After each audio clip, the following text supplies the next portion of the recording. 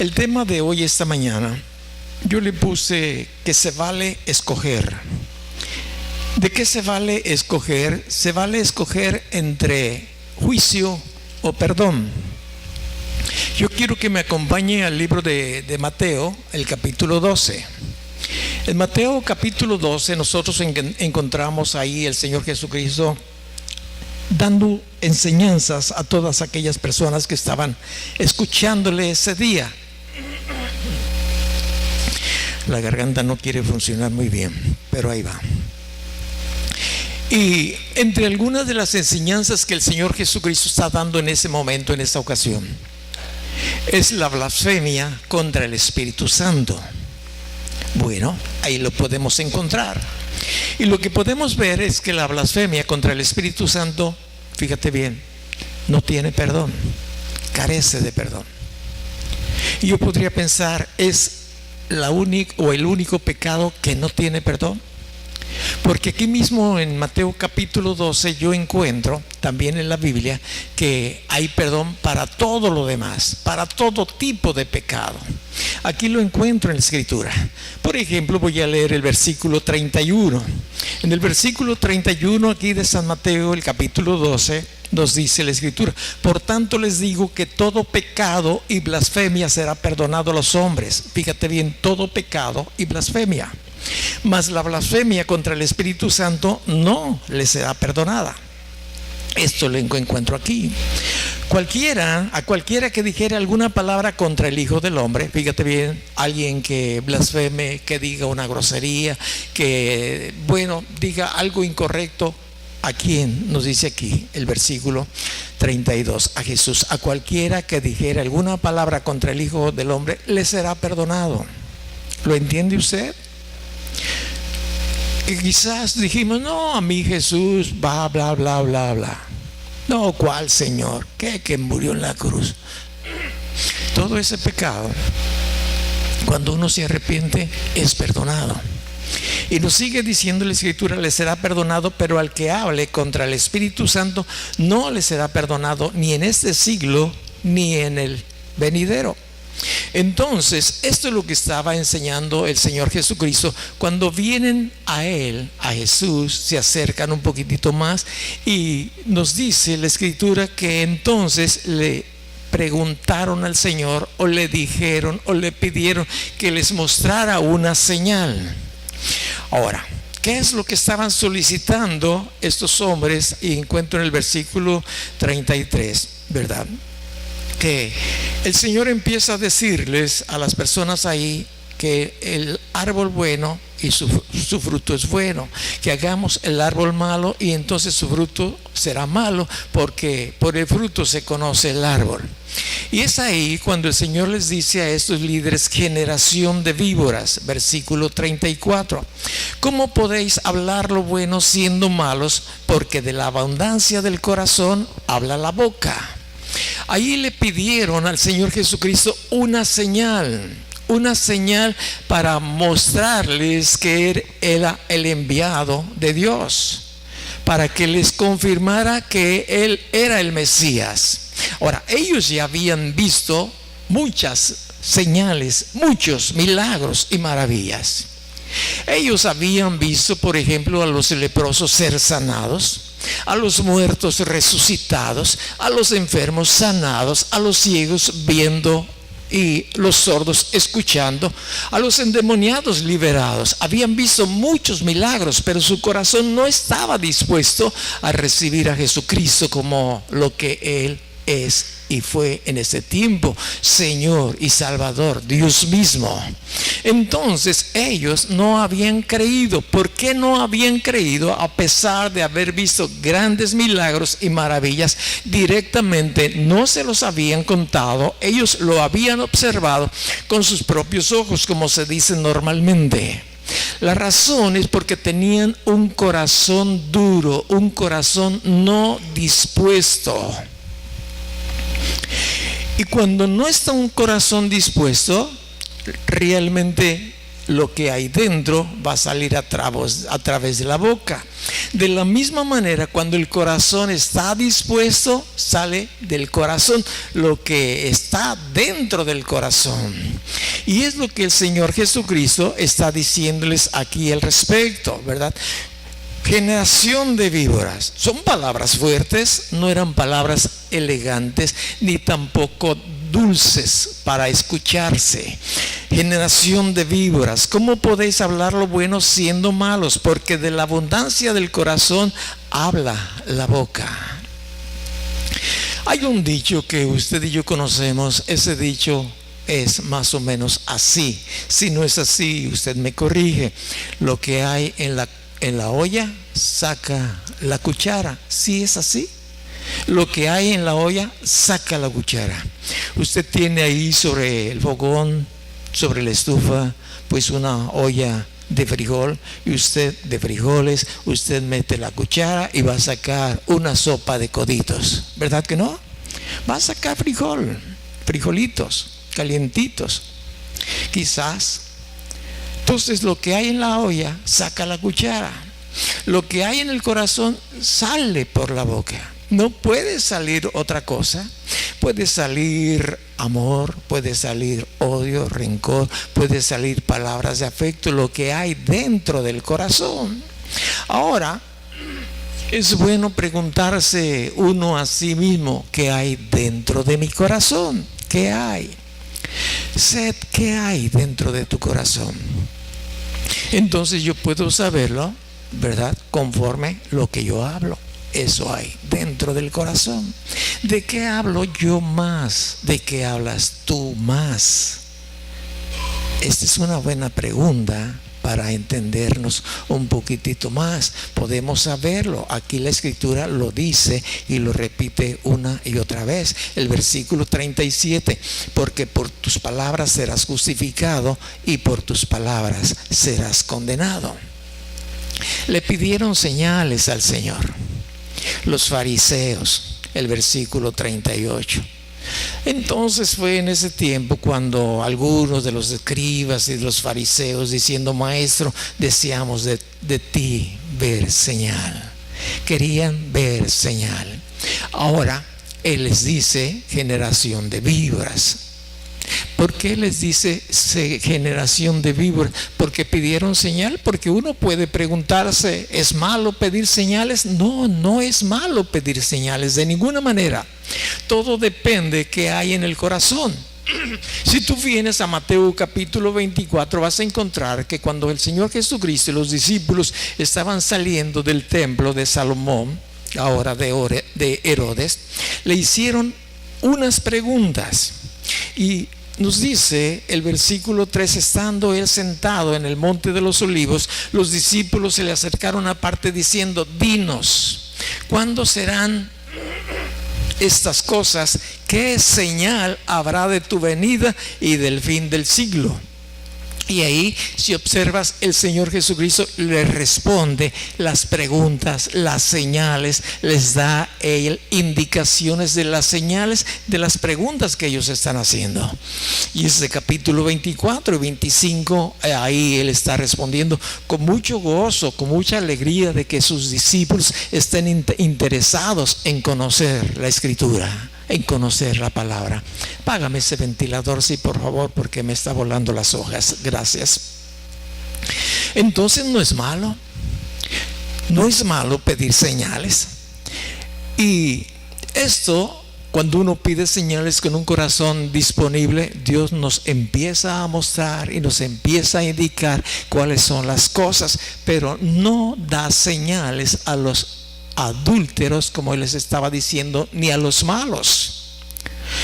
Los adúlteros o los malos, ellos no pueden recibir señal de Dios. Pues en primer lugar, porque no la van a entender, porque la palabra de Dios se tiene que discernir espiritualmente, y cuando uno no tiene a Jesucristo como su Señor, está la persona muerto espiritualmente, no puede entender las cosas que son de Dios. ¿Cuántas cosas hoy en nuestros días usted ya las ve diferentes a como las veía antes de que usted tuviera una relación con Dios, antes de que usted se metiera a conocer la palabra de Él, la palabra de Dios? Usted dice, yo hacía esto y pensaba que era bueno, y hacía esto otro y también, y me gozaba y me alegraba y bueno, hasta presumía. Pero no, llegamos a conocer la palabra y dijimos, carambas, qué diferente es la verdad. Bueno, los discípulos no eran malos ni adúlteros, ya tenían una relación con Dios, con Jesús.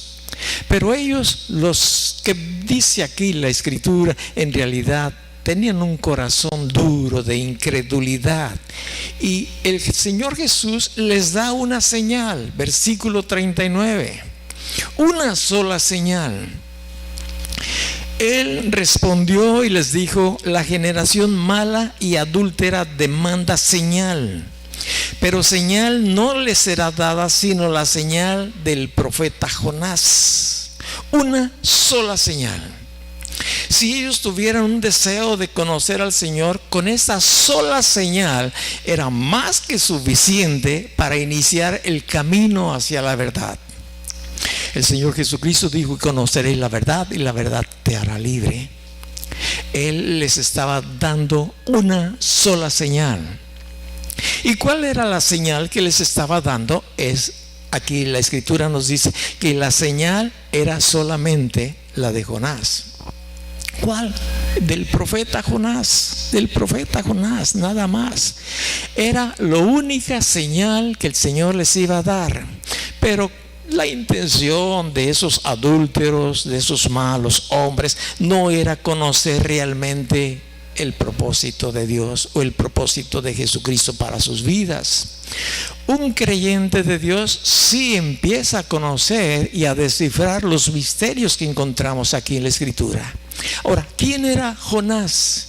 Pues Jonás era una persona así como usted y yo. Tóquese el pecho, así como yo era Jonás. De la misma manera como era Elías. Nos dice la Escritura cuál era el corazón de Elías, o más bien cuáles eran las intenciones no correctas dentro del corazón de Elías, las cuales él las refrenaba. Tenía también pasiones, así las mismos tipos de pasiones que tú y yo a veces se nos presentan y que las rechazamos y que en ocasiones caemos a ellas. Así era este hombre llamado Jonás.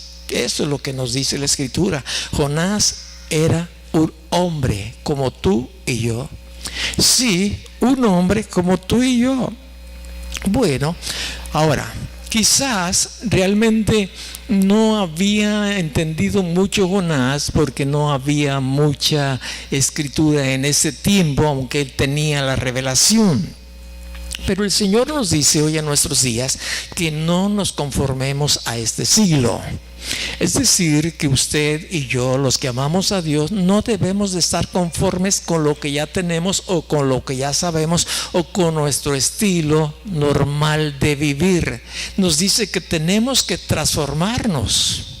Es decir, renovarnos. Cada día es un buen tiempo para transformarnos, para renovarnos. Y la mejor manera de renovarnos y de estar cambiando nuestro sistema antiguo de pensar, de vivir, es meditando en la palabra de Dios. Alguien en días pasados me habló por teléfono y me dijo: Seth, yo tengo muchas ganas de leer la Biblia y quisiera ver si hay un programa de estudio ahí para leerlo en un año. Y bueno, algunas otras cosas. Yo le dije: sí hay, ve ahí a la librería, posiblemente lo tenga, pero te recomiendo algo que todavía creo que te puede ser más útil. Lee la palabra, empieza desde los evangelios. Puedes empezar si quieres con Mateo, con Marcos, con Lucas, con Juan, y luego puedes leer una parte de ello y luego puedes brincarte el mismo día el libro de los Hechos. Pero medita cada palabra que estás leyendo ahí. No por cumplir un programa, no por que dices ya lo leí en un año. No, olvídate de eso. Medita la palabra de Dios. Por ejemplo, Le dije Mateo capítulo 6, versículo 33. Dice, mas buscad primeramente el reino de Dios y su justicia, y lo demás te va a venir por añadidura. Entonces tú te pones a meditar, ¿qué me dice la Escritura? ¿Qué es lo que tengo que buscar? Tengo que buscar algo, y lo que es primero es el reino de Dios y su justicia. Yo tengo que buscar primero. ¿En qué lugar? Primero el reino de Dios. Esto quiere decir que hay un reino de Dios. Esto quiere decir que de la misma manera que hay un reino de Dios, hay un reino que no es de Dios. Pero busca el primer reino, lo que nos dice aquí. Buscar primero el reino de Dios y su justicia. ¿Qué es la justicia? Pues tener una buena relación con Dios. Y le empecé a explicar pues esto que tú ya sabes. Ahora después, fíjate bien, después de que yo hago esto, el Señor va a agregar a mi vida, me va a dar todo lo que necesito. Esto es lo que yo entiendo. Busca primeramente el reino de Dios y su justicia, y lo demás. ¿Qué es lo demás? Pues puede ser trabajo, puede ser novio, puede ser novia, puede ser esposo, puede ser un estudio, puede ser lo que tú quieras, que el Señor sabe que te va a ayudar, que te va a edificar, y Él te lo va a agregar y te va a dar más allá de lo que tú entiendes o piensas, porque Él te ama y tú tienes interés en estar viviendo dentro de su reino, aunque vivamos rodeados de una gran multitud de cosas malignas. ¿Verdad que eso es importante? Porque mucha gente está buscando todo lo demás y al último deja el reino de Dios y su justicia. Es decir, Dios después, ya que me case, ya que tengo un título, ya que tengo un buen trabajo, ya que esto, ya que aquello, y al último, como nos ocurre casi a la mayoría, ya a la noche dejamos para estudiar la palabra de Dios, al último dejamos las cosas de Dios. Dios, ha sido un día muy duro, bla, bla, bla, bla, y empiezan a dormir. Lo dejamos al último. Y esto tenía las mismas características, Jonás, como las que tú y yo tenemos. Meditar en la palabra, meditar. Necesitamos renovar nuestro entendimiento. Y los hombres, estos adúlteros, querían ver a Jesús como un mago. Hoy hay mucha gente que ve a Jesús como un mago, como que lo visualicé de esta manera, como que se sienta así como usted está sentado allí, y el Señor Jesucristo es el centro de la atención, y le dicen, muéstranos una señal. Haz de cuenta que estás viendo a un mago en un gran teatro, ¿verdad? Y que les dice, ahora voy a atravesar esta espada por en medio de este cuerpo, y vas a ver que no le va a pasar nada. Y tú ya has visto una gran cantidad de ilusionismo de este tipo que hacen ciertos magos, y quizás ellos estaban esperando ver algo así, o algo más grande, algo que ellos podían haber tenido de conocimiento en su corazón, de que cuando viniera el Mesías, antes iba a venir Elías. Y una de las características de Elías es que hacía bajar fuego del cielo. Y a lo mejor estaban haciendo hasta un pequeño círculo alrededor por si bajaba fuego del cielo. Y hoy hay gente que también quiere ver un milagro, una maravilla, y su corazón no está dispuesto a recibir a Jesús. Ahora, Dios niega milagros y señales a hoy en nuestros días a muchas personas. No, yo he visto milagros, he visto cosas asombrosas que ha hecho en las personas, y las personas después de un tiempo se apartan de Él. Ya no le quieren ver, ya no quieren saber. El problema está solucionado, pues vuelven al estilo antiguo de vivir. Él era un hombre, fíjate bien, Jonás, común y corrientes. Hay una cosa muy importante que nosotros tenemos que entender, que aquí vemos algunas ocasiones en esta parte de la escritura una palabra de señal. Por ejemplo, el versículo 39 dice: la generación mala y adúltera demanda señal. Y luego más adelante, no encuentro aquí el texto bíblico, sí, el 38 y el 39 habla de señales. Pero también hay otros versículos aquí, el 42, que habla de juicio, y hay otro versículo. Yo encuentro aquí señales y juicio, sobre todo en esa parte de la escritura.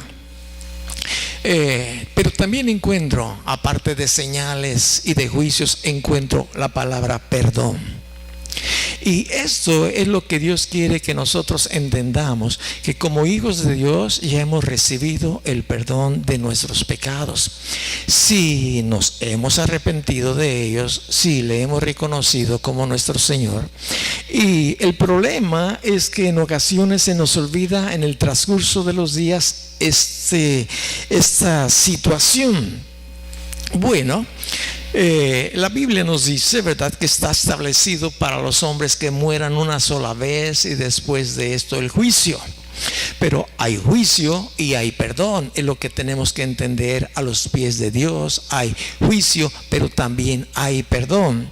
Y Jonás era un hombre como usted y como yo, ya le había dicho, un creyente de Dios, un mensajero de Dios como usted y yo, con sus habilidades, con sus defectos, con sus retos, cada día, días buenos, días malos, igual que usted y que yo. Ahora, déjame decirte que Dios quiere que usted y yo sepamos que Jonás conversaba y platicaba con Dios cada día, de la misma manera que usted lo hace. Y de la misma manera que Jonás platicaba con Dios, Jonás oía la voz de Dios, igual que usted, igual que yo. Porque todo cristiano tiene que platicar con Dios y todo cristiano tiene que oír también la voz de Dios, porque Él habla con nosotros. ¿O no es así? Dígame, ¿no es así? ¿O debe de ser así? No solamente yo llego ante su presencia y hablo y hablo y hablo y hablo, y cuando menos pienso ni siquiera le digo adiós o amén y me voy a atender otros quehaceres. No, yo tengo que esperar qué es lo que Dios me dice. A veces me lo dice mientras estoy orando, a veces me lo dice mientras estoy leyendo la escritura. Y esto que te estoy diciendo me lo dijo mientras estaba leyendo la escritura, que Jonás era un hombre como tú y yo, pero Jonás era una señal. ¿Para quién? Para los de tiempo de Jesucristo, no solamente para aquellos ninivitas a los cuales había sido enviado, sino que también para nosotros hoy en nuestros días. Y Dios lo puso en mi corazón. Él conversaba con Dios, platicaba con Él, ¿verdad? Pero cierto día Él se quedó sorprendido. ¿De qué se quedó sorprendido Jonás? Si tú buscas el libro de Jonás, está cerca aquí de San Mateo. Déjame ponerle ahí algo para que no se me esté escapando la cita, porque voy a andar quizás de un lado para otro. Ven al libro de Jonás. En el libro de Jonás capítulo 1, cierto día Jonás, estando platicando con él, se quedó sorprendido. Se quedó sorprendido porque nos dice el versículo 1 que vino palabra de Dios a Jonás, hijo de Amitai, diciendo. Fíjate lo que le dijo Dios a este hombre ese día. Le dijo: levántate y ve a Nínive. Posiblemente no estaba haciendo nada, posiblemente estaba esperando cierta comisión, o había un lapso entre algo que tenía que hacer y otra cosa más adelante, un programa, por decirlo así. Ahora me toca visitar tal pueblo, ahora necesito visitar o hacer esto. Pero Dios le está diciendo: levántate y ve a Nínive. Y yo te quiero decir en esta mañana que Dios nos dice en muchas ocasiones: levántate, ve y haz esto. Y él estaba acostumbrado a escuchar la voz de Dios. Pero lo que le sorprendió fue lo que el Señor le comisionó. Le dice: ve a Nínive, aquella gran ciudad, y pregona contra ella, porque ha subido su maldad delante de mí. Vas a ir, Jonás, y les vas a dar una advertencia. Quedó sorprendido, anonadado. Ahora, ¿por qué quedó Jonás así? Porque nunca antes había ocurrido esto. ¿Qué no había ocurrido? Que un profeta de Dios fuera, fíjate bien, fuera de Jerusalén a hablarles a otros de las sentencias de Dios hacia el pueblo.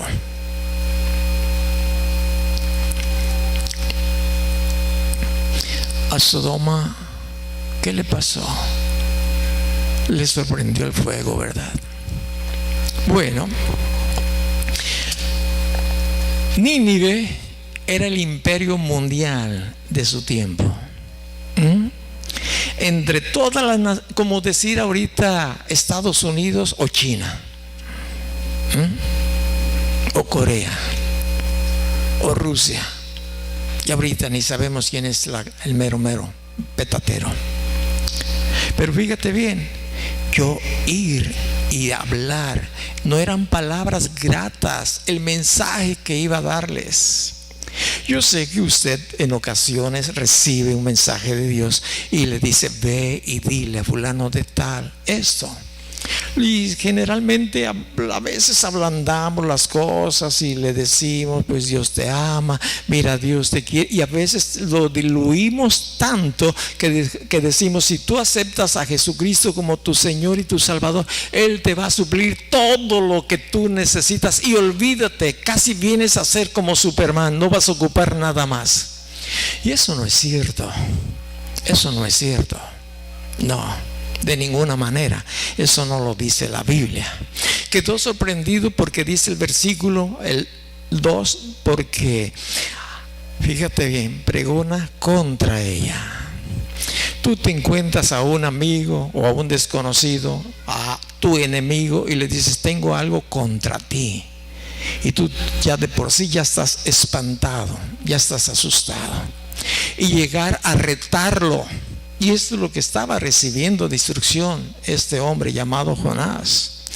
Fíjate bien, era tan grande la nación que nos dice aquí el capítulo 4, el versículo es el 11. Para conocer la gracia y la misericordia de Dios, Dios dice aquí a Jonás, después de algunos acontecimientos, Él le dice: ¿no tendré yo piedad de Nínive, aquella gran ciudad donde hay más de 120,000 personas que no saben discernir entre su mano derecha y su mano izquierda, y muchos animales? Uno dice: pues no era muy grande, 120,000 habitantes. No está hablando de personas adultas con cesera, con entendimiento. Está hablando de niños, de infantes. Tú ves a un niño que está comiendo con su mano izquierda y le dices: mijo, con la derecha, con esta. No saben discernir entre la mano derecha ni la mano izquierda. Está hablando de niños, de infantes.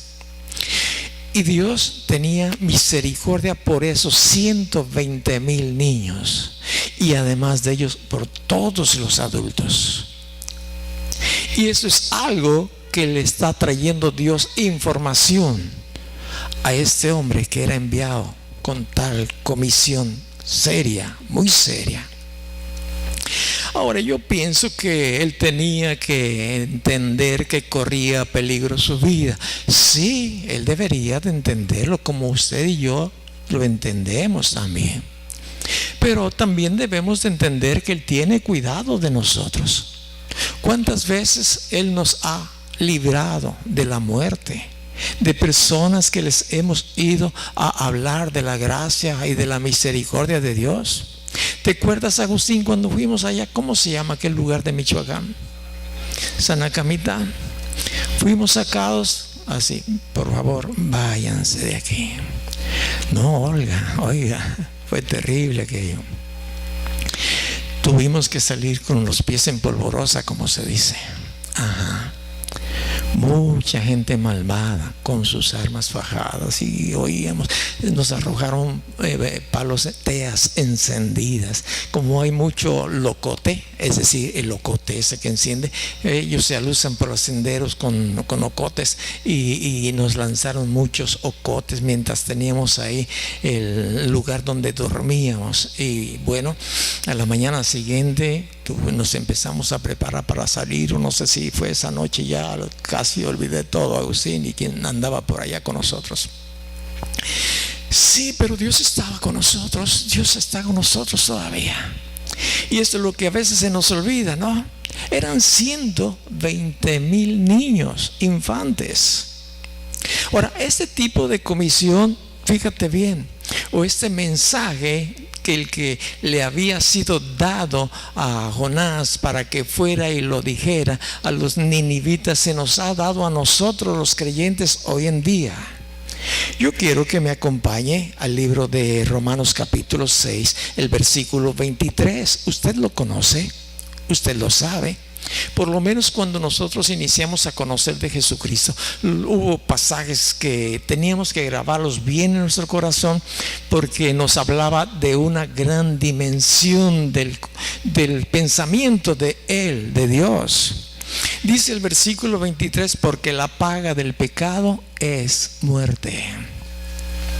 Y los ninivitas estaban viviendo una vida realmente ajena a la voluntad de Dios, y las consecuencias que iban a recibir era muerte. Algo así como Sodoma, como Gomorra, algo así. La paga del pecado es muerte, mas la dádiva, fíjate bien, mas el regalo de Dios es vida eterna en Cristo Jesús, Señor nuestro. Así es que uno puede uno escoger entre juicio o perdón, misericordia de Dios. Y bueno, usted y yo tuvimos que aceptar eso, espero, el perdón de Dios, ¿verdad? Porque de otra manera la paga del pecado es muerte. Y esto está hablando en el futuro de una condenación eterna, apartado de la presencia de Dios en ese lugar horrible, asqueroso, que Dios no lo hizo para nosotros. La Biblia nos dice que lo hizo para Satanás y sus ángeles, aquella serie de espíritus que le siguieron en su rebelión. Pero como mucha gente en el mundo, y de entre ellos yo me contaba también, íbamos rumbo a ese lugar. Pero cuando el Señor se reveló a mi vida, a la vida de muchas personas, yo supliqué misericordia. Yo le dije: Señor, yo prefiero el perdón. Y si tú cambias mi vida, yo les voy a decir a otras personas que cambias vidas.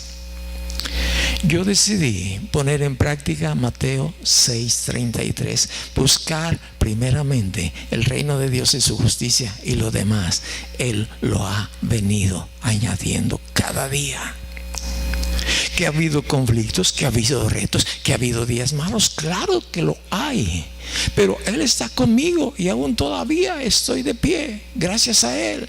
Aún puedo hablar, aún puedo ver, aún puedo escuchar, aún puedo sentir, y aún puedo tener dentro de mi corazón temor de Dios. Es decir, trato de vivir conforme a lo que Él me dice que viva. Y cuando me equivoco, pues vengo y le pido perdón, porque es un pecado. Yo no quiero que se corte mi relación con Él, y le pido perdón. O le pido perdón también a la persona si le ofendí y hay la oportunidad.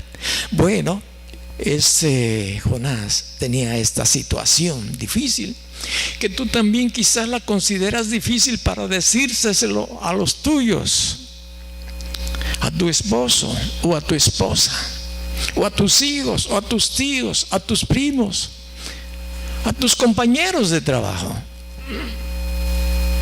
Y esto realmente, cuando nosotros no lo hacemos, si ya somos hijos de Dios, va a traer complicaciones a nuestras vidas.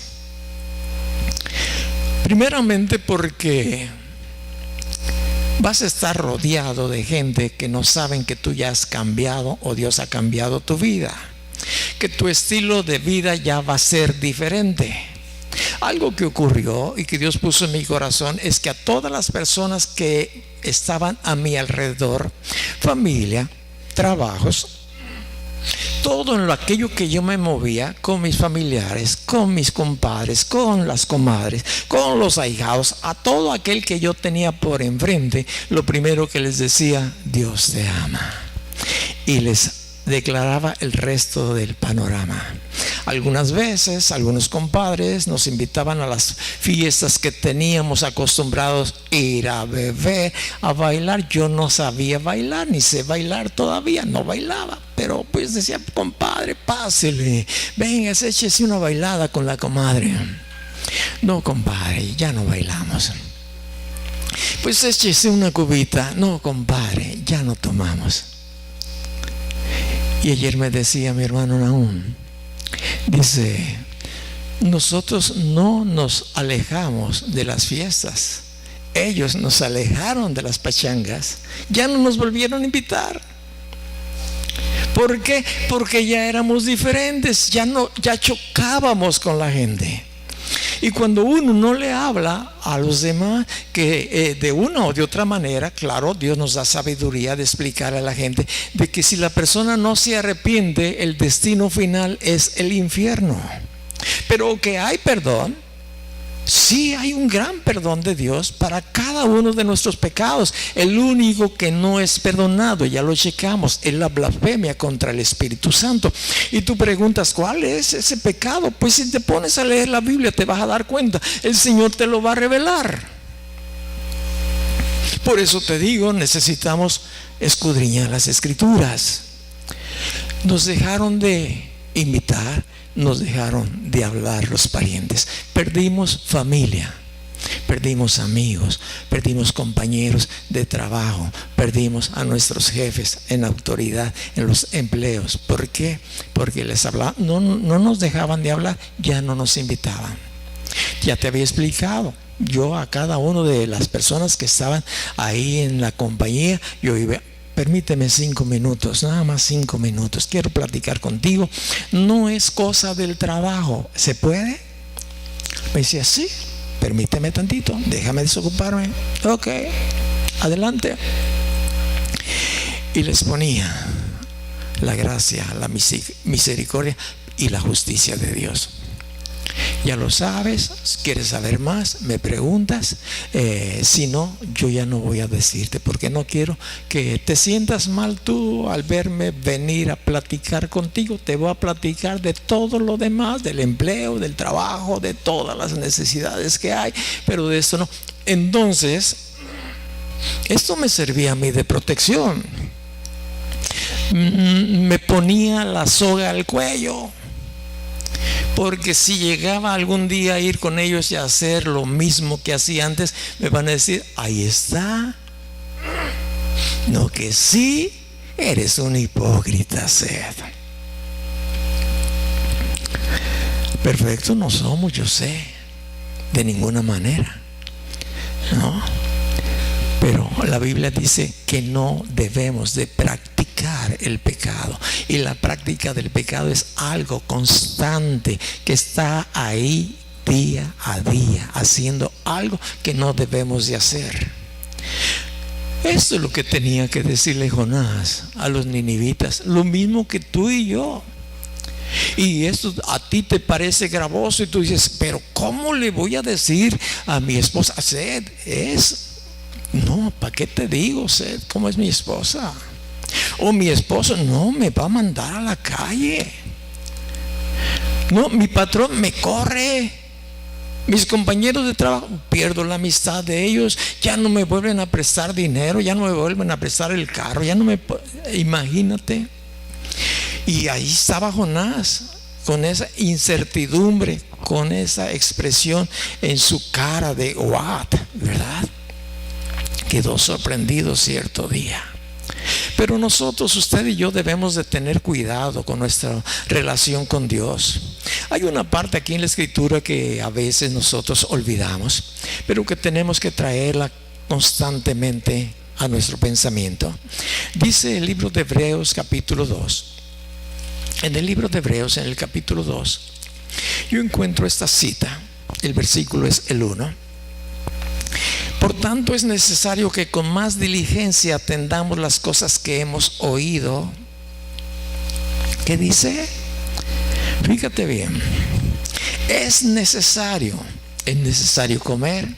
Es necesario presentarnos ante el trono de Dios para que sea retribuido en nuestra vida lo que hayamos hecho mientras estamos en esta tierra, sea bueno, sea malo. Es necesario estudiar, es necesario que con más diligencia, es decir, con mayor preocupación, esmero, atendamos, no las descuidamos, atendamos las cosas que hemos oído, porque si no te vas a deslizar.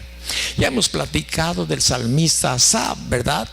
Cuando dijo que en su corazón tuvo envidia de aquellos que vivían una vida apartada de Dios y veía cómo prosperaban y cómo estaban gorditos y cómo disfrutaban de la vida.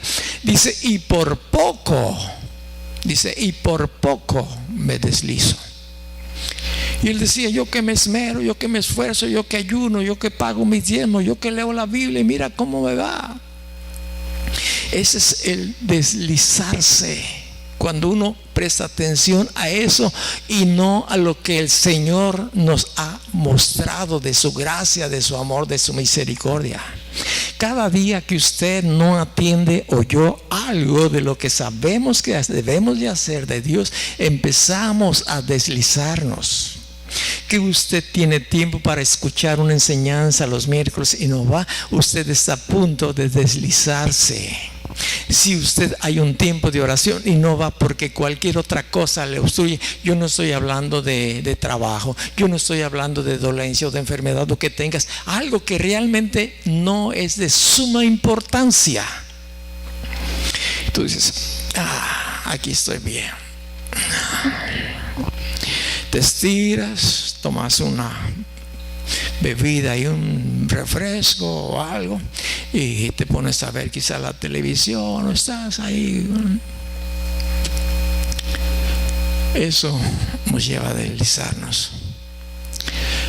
El Señor nos dice que redimamos nuestro tiempo. Tiempo que pasa, tiempo que no se puede recuperar, ya no se puede recuperar.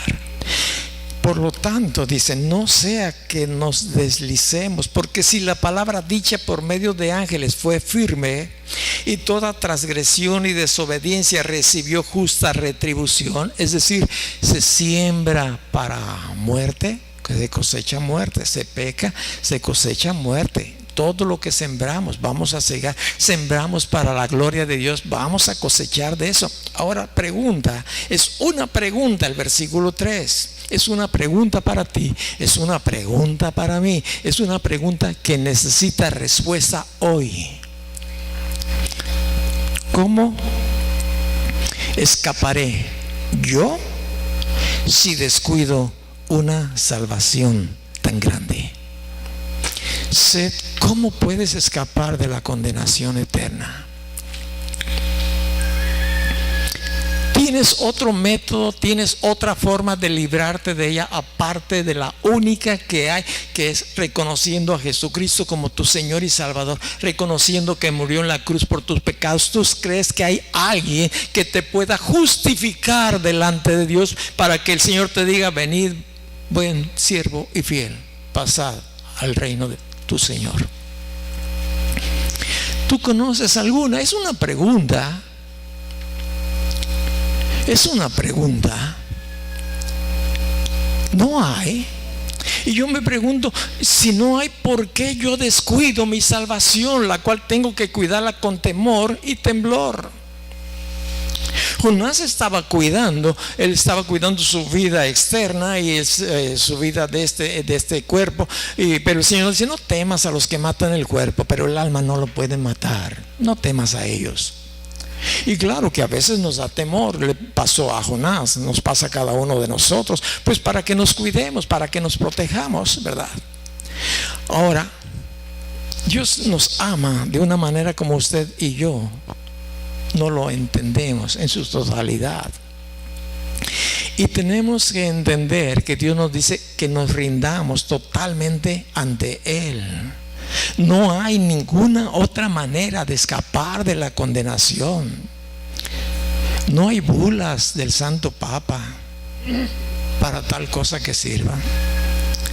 No hay ninguna otra cosa, ningún mandamiento que tú puedas hacer, nada, no por obras para que nadie se justifique. Nos dice, es por la gracia, por la misericordia de Dios.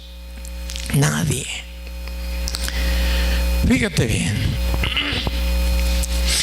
era como que Jonás iba a ir con los ninivitas y decirle: ninivitas, hay una sentencia contra ustedes, y si no cambian su estilo de vida, el más grande tiene un botón rojo grande, más grande que el botón rojo que ustedes puedan tener en su escritorio para hacer caer bombas atómicas a cualquier parte del mundo. Él tiene el botón más grande y está a punto de apachurrarlo. Ninivitas, si no cambian su manera de ser. Eso les estaba diciendo. Y eso es para cada persona. Es para cada persona. Sí. Tú has oído de ese pleito de palabras entre Corea del Norte y Estados Unidos, que ellos tienen su botón ahí grande para hacer explotar este mundo. Pues hay alguien que tiene un botón todavía más grande que ellos. Y él le dice a los ninivitas: o cambian su manera de vivir o aprieto el botón. Y todavía, fíjate bien, les da un plazo, 40 días. Le pasó al rey también. Vino el profeta Isaías y le dijo: dice Dios que prepares tus papeles, que prepares tus cosas, porque te vas. ¿Qué hizo el rey Ezequías? ¿Verdad? Oró y pidió un placito más largo. Pero ¿qué tal si un día viene alguien ante ti y te dice así categóricamente? Dios dice, por tu estilo de vida, Dios dice que son las últimas 24 horas que estás sobre esta tierra. Va a apretar el botón rojo sobre de ti. Y nosotros andamos por todos lados atendiendo mil y una cosas, menos no poniendo en primer lugar al Señor. Todos vivimos este tipo de experiencias, todos estamos en esta misma situación, pero los ninivitas no tenían una relación con Dios. No. Ahora, ¿qué es lo que hizo Jonás? Pues la Biblia nos dice lo que hizo Jonás. Si usted va conmigo una vez más, regresamos a Jonás. Y la escritura nos dice que cuando él escuchó esto, bueno, Jonás hizo o actuó de esta manera. Nos dice aquí la escritura, capítulo 1, versículo 3. Y Jonás se levantó para huir de la presencia de Dios a Tarsis y descendió a Jope. Esto hizo Jonás, huir. Huyó de su responsabilidad. ¿Usted cree que hay personas creyentes que huyen de su responsabilidad que Dios les ha dado? Porque Jonás era un creyente. Jonás era uno que predicaba, que hablaba la palabra de Dios donde Dios lo enviaba. Jonás era como usted y yo, con sus altas, con sus bajas, también con pensamientos no correctos como usted y yo, también con ganas de no seguir adelante como usted y yo. Y en esta ocasión Jonás, nos dice la escritura, que huyó de la responsabilidad de advertir a los ninivitas de lo que se venía sobre de sus vidas, toda la nación, incluidos los 120,000 niños.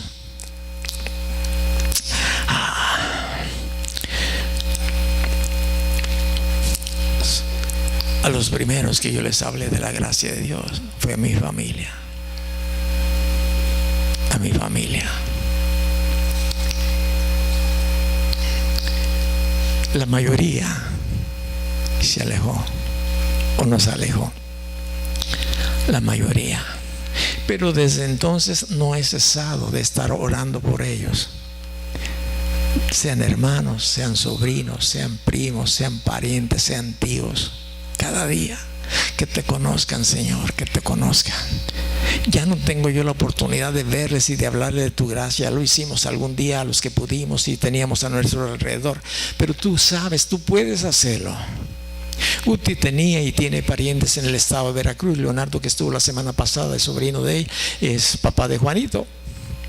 Pero hace 30 y tantos años empezó a orar. Empezamos a orar por sus familiares.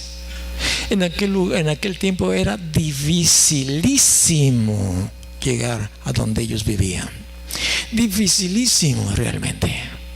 Y empezó a orar y dijo: Uti, y allá en aquel lugar tan remoto de la tierra, de la civilización, que para entrar de veras se necesita, bueno, una escalera grande y otra chiquita. ¿Quién va a llegar? Dios puede enviar a alguien. Y envió a alguien a hablarles de la gracia y de la misericordia. ¿Quieres saber quién? A nosotros. Así es Dios de maravilloso. Abrió puertas. Y tú ya escuchaste la semana pasada testimonio de lo que Dios está haciendo allá. Porque nos esforzamos. Hubo ratos difíciles para ir a aquel lugar. Daniel, Benjamín, Lot, Agustín y otros más que no recuerdo, conocen de ese tipo de situación, de experiencia. Mucha incomodidad, muchos animalitos, garrapatas que se te pegan en el cuerpo. Un día Benjamín, ¿puedo platicarlo? Benjamín, dime que sí. ¿Dónde estás? Di que sí, es algo sensato. Fui al campo ahí a hacer algunas de las necesidades que sabe uno hacer, porque no hay sanitario ni nada, y se metió entre el pasto, ¿verdad?, ahí del ganado, y regresó y venía cubiertito con animalitos rojos, así unos puntitos chiquititos, y le dijeron los de ahí: sacúdete esos animalitos así, porque a la noche te van a picar y te van a torturar. Y pues uno inocente, bueno, él no sé si se sacudió o no se sacudió bien. Los que normalmente viven allí, cuando salen del potrero, ahora ya no hay mucho, pero todavía hay para probar, sacan un papel o una hoja de palma seca, la prenden en el fuego y se la pasan por todos lados para achicharrar los animalitos, por lo menos matar lo más posible, y se despojan de la ropa y van y se bañan. Y Benjamín no pudo dormir. Los animalitos eran chiquititos, garrapatas o como se llaman, chiquititos. No era gorupo, no, el gorupo no hace nada a comparación de eso, Pinolillos. Qué pinolillos. Serio. Pero ahí estábamos, gracias a Dios. Gracias, se puede. Dios está contigo. No tengas temor de decirles a aquellas personas a las cuales Dios te acerca que Dios los ama, que Dios quiere bendecirles. Sí. Ahora, yo sé que tú has escuchado este mensaje, el mismo que escuchó Jonás. Tú lo has escuchado en tu corazón. Ahora, Jonás, entendemos aquí que él huyó. No quiso enfrentar esta instrucción. Y en Marcos capítulo 16, Dios te ha dicho estas palabras como me las ha dicho a mí constantemente. ¿Qué dice? Dice el versículo 15. Regálame agua, por favor.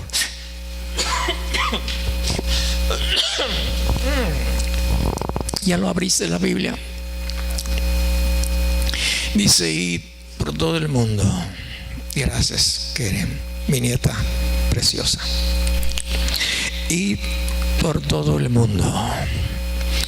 Te lo dice a ti, me lo dice a mí. Bueno, ¿qué más? Y predicad el evangelio. las buenas nuevas a toda criatura.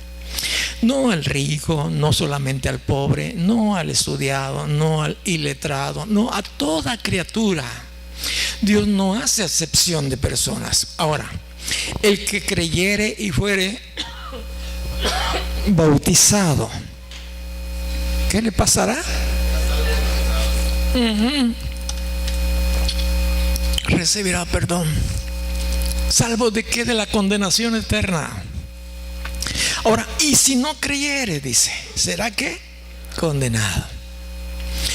Justicia o perdón. Justicia o perdón. Porque Dios es justo. Todo lo que el hombre sembrare, eso va a cosechar. Dios es justo. No va a brincarse a alguien por todos los buenos valores que tenga y no sea justo delante de Dios según la justicia de Dios. Entonces usted y yo hemos sido enviados a una nación quizás muy difícil, muy tremenda, como le está pasando aquí a Jonás, ¿no? No, él pensó huir. ¿Usted cree que alguien puede escapar de la presencia de Dios? El salmista dijo: ¿a dónde huiré de tu presencia? Si voy a los cielos, ahí estás tú. Si bajo hasta las profundidades, ahí estás tú. Donde quiera estás tú. ¿Dónde se puede uno esconder? Y Jonás era un iluso, no podía huir de la presencia. Ahora, cuando estamos en esta situación, tenemos que hacernos una pregunta: ¿querrá Dios ayudarme a salir de ahí? ¿O me va a dejar allá? ¿No quieres ir? Pues no vayas. Allá tú crees que Dios será así. Déjame decirte, Dios no es así. Dios te ama a tal grado que no te va a dejar abandonado aunque huyas de Él. No te va a dejar sin su protección. Por más que trates de esconderte, no, Dios te va a ayudar, aunque andes o andemos errados, aunque andemos en caminos equivocados. Si somos hijos de Dios, Él nos va a ayudar de una o de otra manera. Él sabe cómo ayudarnos para traernos una vez más al redil. Ya has escuchado tú esta parábola del Señor Jesucristo: guarda las 99 y va por el que está extraviado, por el que está perdido, por el que ha huido de su presencia, por los Jonases que no quieren obedecer. ¿Te recuerda la cruz? Cuando no lo conocíamos, cuando ni nos interesábamos para nadita de Él, Jesucristo vino, murió en la cruz por tus pecados, aunque Él corría el riesgo de que usted y yo no lo consideráramos. Que dijo, pues allá Él quiso morir en la cruz. Aún así, con los millones y el gran porcentaje de gente que le rechaza, sabiéndolo de antemano, Dios envió a Jesucristo a morir en la cruz. Yo oí alguna vez a alguien en una enseñanza que dijo: entiéndelo, Dios mató a su hijo por ti. Se oye feo, ¿no? Pero es la realidad. Lo vamos a ablandar un poquitito. Dios entregó en sacrificio por ti.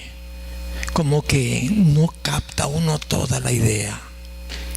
Pero Él lo mandó matar por ti, por el plan precioso, perfecto, para librarte a ti, a mí, que nos ama. Ahora, ya que hemos sido reconciliados con Él por la muerte de Jesucristo, ¿cómo no nos va a ayudar? Aunque andemos huyendo, Él va a hacer todo lo que está dentro de su capacidad, y su capacidad es más inmensa de lo que entendamos. Pero hay algo que le va a estorbar al final si la persona no reacciona positivamente. Quizás sea necesario quebrarle una pata. Bueno, ¿qué hizo con Jonás? La escritura nos dice, ¿verdad?, que embraveció, es decir, hizo que el mar se tornara, pero bastante difícil de navegar. El versículo 4 dice, capítulo 1, pero Dios hizo levantar un gran viento en el mar. Y hubo en el mar una tempestad tan grande que pensó que se partiría la nave. Aún los marineros tuvieron miedo. Imagínate, ellos acostumbrados a ese estilo de que el mar se embraveciera, ahora tenían miedo porque sus vidas corrían peligro. ¿Te acuerdas de los discípulos cuando iban de un lugar con los gadarenos? Que lo despertaron y que le dijeron: Señor, ¿no tienes cuidado de nuestra vida? Perecemos, estamos a punto de naufragar. El Señor tiene cuidado, no está dormido. El Señor tiene cuidado de ti. El Señor tiene cuidado de Jonás, de los Jonás. Aunque algunas otras personas resultan afectadas, como en este caso los marineros. Pero lo importante para Dios no es tanto los marineros, sino Jonás, su hijo, que estaba huyendo de su presencia. Dios no se iba a quedar con los brazos cruzados. Tenía que regresar esa oveja extraviada al redil antes de que el león rugiente lo devorara. Dios hace eso y más. En este caso, pues embraveció el mar. ¿Habrá algo imposible para Dios? Nada. Y si tú y yo tenemos una relación con Dios y no andamos huyendo de Él, pues imagínate los deleites que el Señor tiene preparado para ti, para mí. Ahora, el versículo 7 nos dice, ¿verdad?, el resultado de cómo los compañeros de Jonás, los marineros, se dieron cuenta de quién era el culpable de ello. Nos dice el versículo 7 que echaron suerte y la suerte cayó sobre Jonás. ¿Quién dirigió la suerte hacia allá?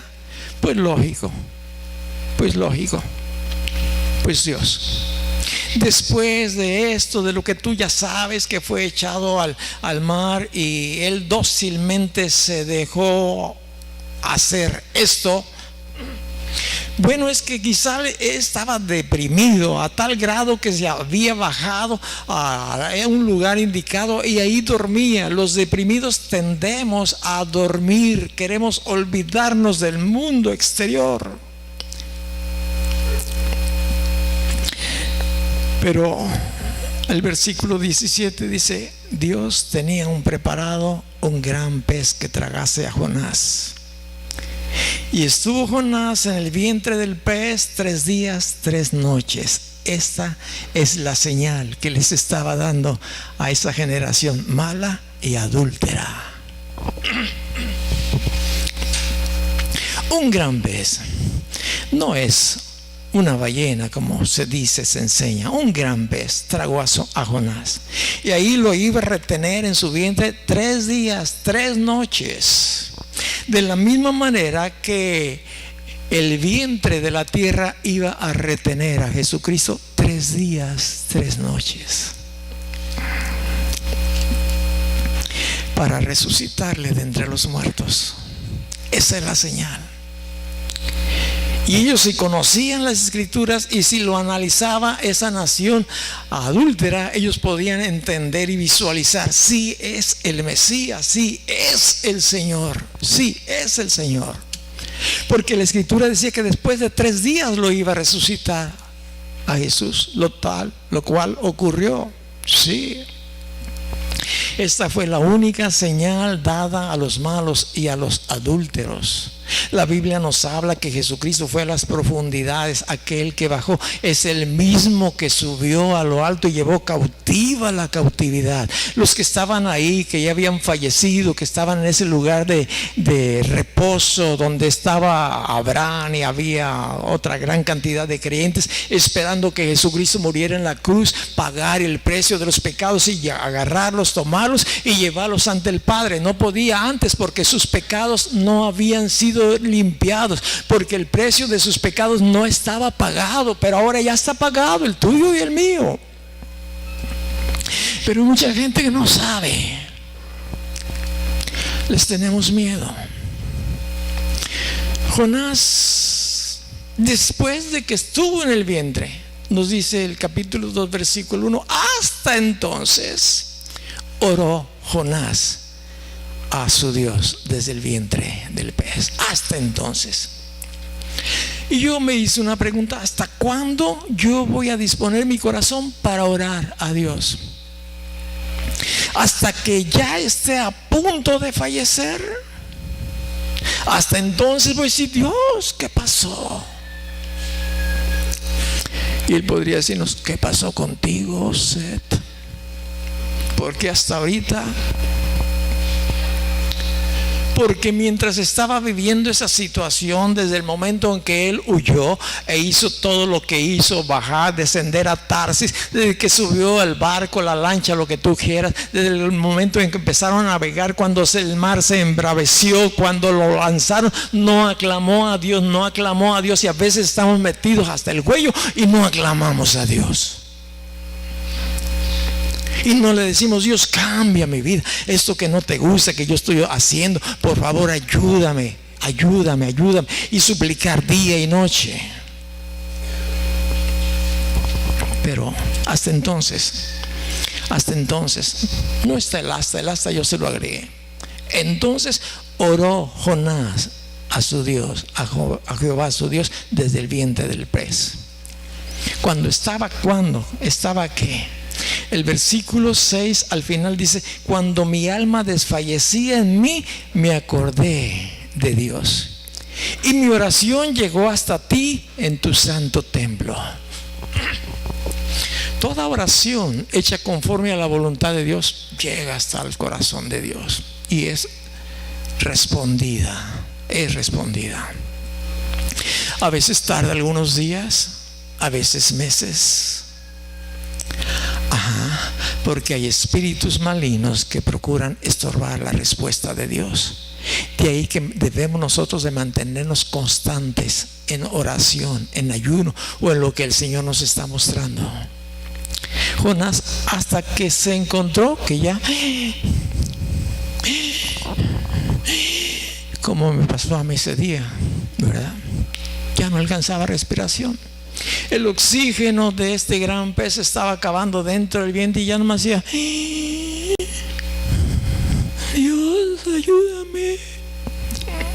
Así decía yo ese día: Jesús, ayúdame, ayúdame.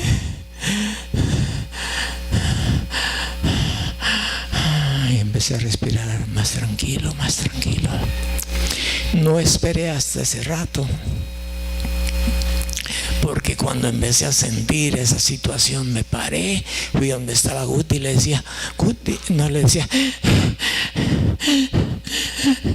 no que me echara agua, que orara por mí.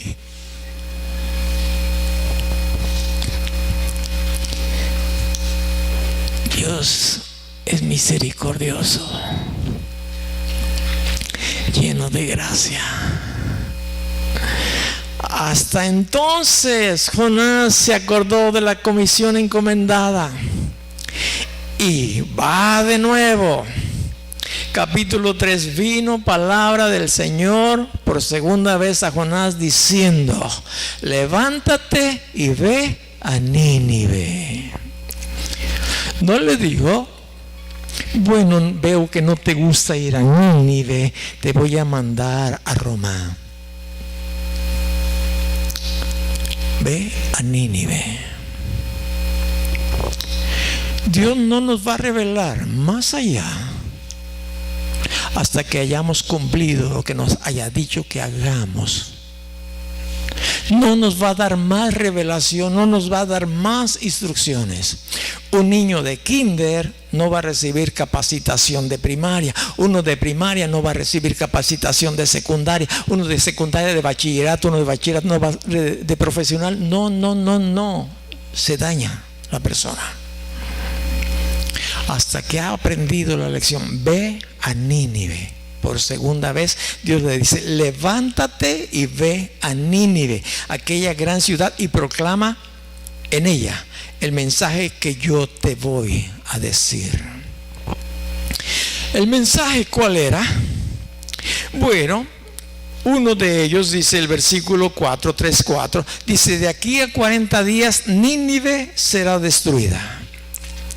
Oye, si tú sabes que alguien de los tuyos está a punto de morir, ni modo que ya así no le digamos: oye, pues Dios te ama, arrepiéntete aunque sea en ese último segundo de tu vida, ¿verdad?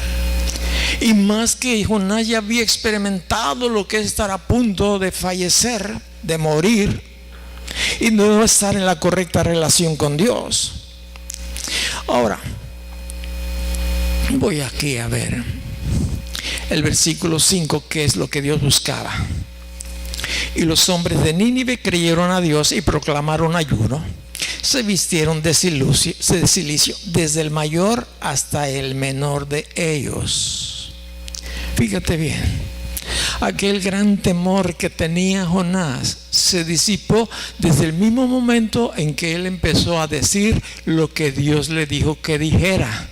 Ya tenía paz, y más gozo y paz sobrevino de él cuando la gente empezó a arrepentirse. Pero después reconsideró que lo que él meditaba que iba a tener como resultado su predicación, no le gustó este resultado. La gente se iba a arrepentir, y él no amaba a los ninivitas, eran su enemigo. Él quería que cuello, puedes verlo en el resto del versículo, pero el corazón de Dios no es cuello. El corazón de Dios es un corazón para amar aún a aquellos que nosotros odiamos o no los queremos ni ver.